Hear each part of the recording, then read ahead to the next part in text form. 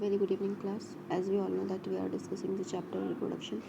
इस चैप्टर में हमने कुछ रिप्रोडक्टिव टर्म्स देखे हुए थे. इस चैप्टर में हमने कुछ रिप्रोडक्टिव इवेंट्स देखे हुए थे. इस चैप्टर में हमने ये भी देखा हुआ था कि गैमेट्स क्या होते हैं. ठीक है, इस चैप्टर में हमने ये भी देखा हुआ था कि गैमेट्स क्या होते हैं.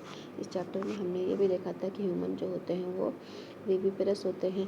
इस चैप्टर में हमने ये भी जाना हुआ है कि ह्यूमन जो होते हैं वो कॉन्टिन्यूअस ब्रीडर होते हैं.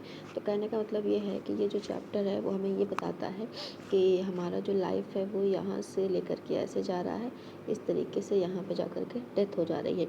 और अगर न्यू बेबी फॉर्मेशन नहीं हुआ है तो ये सारी चीज़ें जो है वो डिस्ट्रॉय हो जाएंगी. तो यानी कि हम देख रहे हैं कि स्टेप बाय स्टेप जो भी ग्रोथ हो रही है और जो भी डेवलपमेंट हो रही है वो रिप्रोडक्शन का ही एक पार्ट है, ताकि स्पीशीज़ का फॉर्मेशन हो सके और स्पीशीज़ की कंटिन्यूटी मेंटेन रहे अर्थ पे. ठीक है, उसके बाद हमने ये भी देखा था कि रिप्रोडक्शन की जो प्रोसेस होती है उसमें एक स्टेज आती है जिसको प्यूबर्टी कहा जाता है. जब ये प्यूबर्टी की स्टेज आती है तो उसमें बहुत सारे चेंजेस होते हैं, जैसे कि ब्रेस्ट डेवलपमेंट हो गया, प्यूबिक हेयर ग्रोथ हो गई, साइज़ ऑफ टेस्टिस का हो गया इन्लार्जमेंट. तो ये टेस्टिस जो होता है वो रिप्रोडक्टिव ऑर्गन है. ठीक है, ये जो टेस्टिस यहाँ पे लिखा हुआ है वो रिप्रोडक्टिव ऑर्गन है. और इससे रिलीज़ क्या होता है, इससे स्पर्म रिलीज़ होता है. ठीक है, और इससे क्या रिलीज़ होता है, हार्मोन रिलीज़ होता है, टेस्टोस्टेरोन.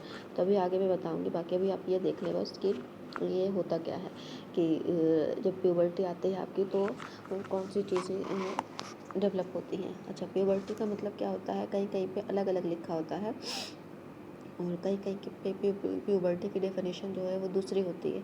ठीक है, तो एनसीईआरटी के अकॉर्डिंग प्यूबर्टी क्या होती है, maturation of reproductive organ and production of sex hormones. ठीक है, जो मैचुरेशन हो रहे हैं रिप्रोडक्टिव ऑर्गन्स, कौन से रिप्रोडक्टिव ऑर्गन, अभी मैंने आपको बताया था ये जो टेस्टिस है वो रिप्रोडक्टिव ऑर्गन है, ये जो ओवरी है वो क्या है, वो रिप्रोडक्टिव ऑर्गन है. तो इन्हीं के मैचुरेशन और प्रोडक्शन और हार्मोन के लिए जो स्टेज आती है उसी को क्या कहा जाता है, उसको प्यूबर्टी कहा जाता है. ठीक है, इन मेल में जो प्यूबर्टी होती है वो 13 से लेकर के 14 ईयर्स में गैमेट स्टार्ट होते हैं और फीमेल में जो होता है 9 to 10 ईयर होता है. लेकिन अगर आपको कहीं पे ये चीज़ दी रहे कि मेल का जो गैमेट का फॉर्मेशन का ड्यूरेशन है वो 13 से लेकर के 16 है, 13 to 16 है, तो ये भी सही है.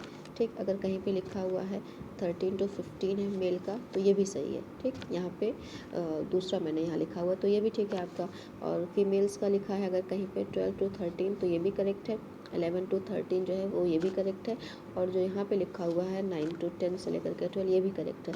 लेकिन जो कोल्डर एरियाज़ होते हैं ना, जो कोल्डर रीजन होते हैं वहाँ पे जो प्यूबर्टी की स्टेज होती है वो मेल में क्या होती है 14 से लेकर के 17 होती है, और फीमेल में जो होती है 13 से लेकर के 18 स्टेज होती है.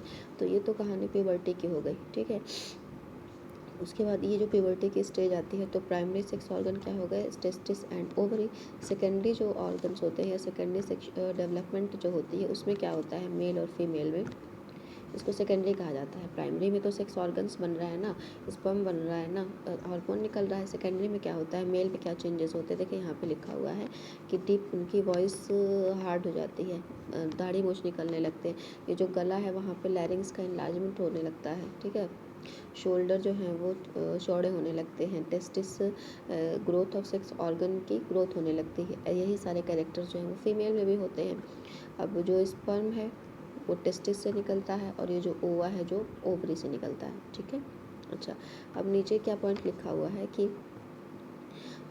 एम्ब्रियो जो है वो डेवलप होता है इनसाइड ह्यूमन बॉडी. अब एम्ब्रियो क्या चीज़ था, ये जो स्पर्म था, ठीक है, ये जो स्पर्म था और जो फीमेल्स ओवा निकला हुआ था, जब दोनों का फ्यूजन हुआ है तो एक स्ट्रक्चर बना है जिसको कहा गया जाइगोट. अब जब ये जाइगोट था इसमें बहुत सारे डेवलपमेंट हुए, बहुत सारे डिवीजन हुए, जिसकी वजह से एक नया स्ट्रक्चर बन गया जिसको हमने कह दिया एम्ब्रियो. अब इस एम्ब्रियो में जब डेवलपमेंट होगी तो बेबी का फॉर्मेशन होगा. ठीक है, तो वही कह रहा है कि embryo develops inside human body. अब नीचे जो है वो पॉइंट बना के लिखा हुआ है कि हार्मोन जो निकलते हैं मेल में टेस्टिस के थ्रू टेस्टोस्टेरोन है, और फीमेल जो हार्मोन जो निकलते हैं वो प्रोजेस्टेरोन और एस्ट्रोजन है. तो इसमें तो कोई प्रॉब्लम नहीं है. नीचे लिखा हुआ है कि ह्यूमन जो होते हैं यूनिसेक्सुअल होते हैं. ऑब्वियस सी बात है, ये ह्यूमन मेल है तो इसके पास इसके कैरेक्टरिस्टिक है, ये फीमेल है तो इसके पास इसके कैरेक्टरिस्टिक हैं. ठीक, तो ये जो कैरेक्टरिस्टिक है उसको सेक्सुअल डायमॉर्फिज्म कहा जाता है. ठीक है, क्योंकि ये डिफरेंट डिफरेंस होते हैं फिजिकल फीचर में, मेल और फीमेल दोनों में। अच्छा, उसके बाद कॉमन जो चेंजेस आते हैं बॉयज़ और गर्ल में प्यूबर्टी के टाइम पे जो कॉमन चेंजेस होते हैं वो यही सारे चेंजेस हैं। Growth of hair armpits, hair armpits का मतलब क्या होता है कि ये जो बॉडी है मेल की, तो ये अंडर आर्म्स जो है वहाँ पे हेयर ग्रोथ होने लगते हैं, जिसकी वजह से जो स्वेटिंग होती है, जो पसीना होता है वो स्मेल करने लगता है। ठीक है, जो ये स्वेटिंग हो रही है, जो पसीना हो रहा है, इसी वजह से बदबू आती है, क्योंकि हेयर आउट ग्रोथ होने लगे हैं, हेयर निकलने लगे हैं। जो छोटे बच्चे होते हैं 5 साल के, 6 साल के, 4 साल के, उनके पसीना स्वेटिंग नहीं होती है, इस वजह से स्मेल नहीं आती। ठीक है, स्किन जो है वो बिकमिंग ऑयली स्किन होने लगती है, बिकमिंग बॉडी कॉन्शियस। हम जो होते हैं बॉडी कॉन्शियस होने लगते हैं, हमें नहीं अच्छा लगता कि हमारा शर्ट का कलर जो है वो पैंट के कलर से मैच ना करे, शूज़ जो है वो मैच ना करें, ऐसा हमें अच्छा नहीं लगता, तो हम बॉडी कॉन्शियस होने लगते हैं। हमें अपनी बॉडी के लिए फिक्र होती है कि हमारा बाल जो है वो सेट रहे।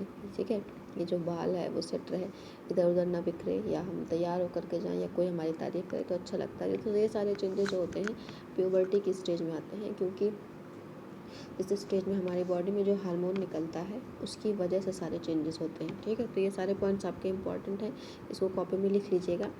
एक पॉइंट यहाँ पे लिखा हुआ है विविपेरस एंड ओविपेरस। तो आपको पता है कि विविपेरस मतलब जो बच्चा पैदा करते हैं, और ओविपेरस का मतलब क्या हो गया, जो अंडे देते हैं। देखिए यहाँ पे मैंने लिख दिया, तो आप ये कॉपी में नोट कर लीजिएगा। अच्छा, एक और टर्म यहाँ पे लिखा हुआ एडोलेसेंस। अब एडोलेसेंस क्या है, तो ये जो प्यूबर्टी की स्टेज आपकी स्टार्ट हुई है प्यूबर्टी की, वहाँ से लेकर के जो एडल्ट होने का टाइम होता है उसी को क्या कहा जाता है, एडोलेसेंस कहा जाता है।